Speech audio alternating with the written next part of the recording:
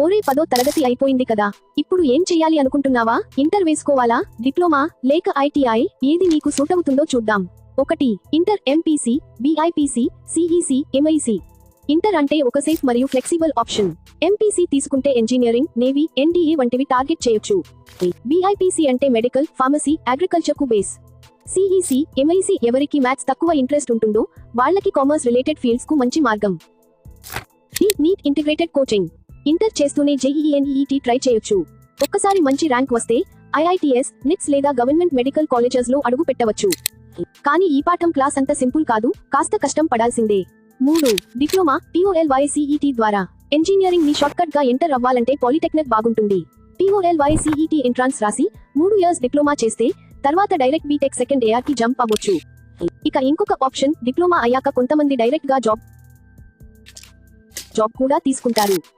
4. ITI industrial training. ఇది అసలు practical మనుషుల కోర్సు.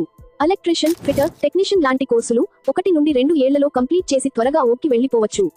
ప్రైవేట్ మరియు గవర్నమెంట్ రెండింట్లో డిమాండ్ ఉంటుంది. 5. Agriculture diploma. ఇది చాలా మందికి తెలియదు కానీ అగ్రికల్చర్లో బ్రైట్ ఫ్యూచర్ ఉంది.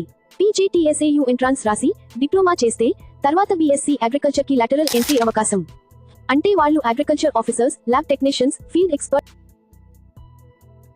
గా సెటిల్ అవ్వచ్చు. 6. వొకేషనల్ మరియు పారామెడికల్ కోర్సులు. మెడికల్ ఏరియాలో ఉండాలనిపిస్తే nurse, lab technician, x-ray technician లాంటి వొకేషనల్ కోర్సులు ట్రై చేయొచ్చు. 1 నుండి 2 ఏళ్లలో కంప్లీట్ చేసి హాస్పిటల్స్ లో జాబ్ చేసేయొచ్చు. కాస్ట్ కూడా తక్కువగా ఉంటాయి. ఇవి అన్ని ఆప్షన్స్, కానీ నీకు ఏమంటే ఇంట్రెస్ట్ ఉందో, నీ స్టైల్ ఏదైతే సూట్ అవుతుందో అదే సెలెక్ట్ చేయి. దారి చాలా ఉన్నాయి, కానీ నీ దారి నీవే ఎంచుకోవాలి. కామెంట్ లో చెప్పు, నువ్వు ఏదిగా ప్లాన్ చేస్తున్నావు. ఇంకా ఇలాంటి కెరియర్ రీల్స్ కోసం ఫాలో చేయడం మర్చి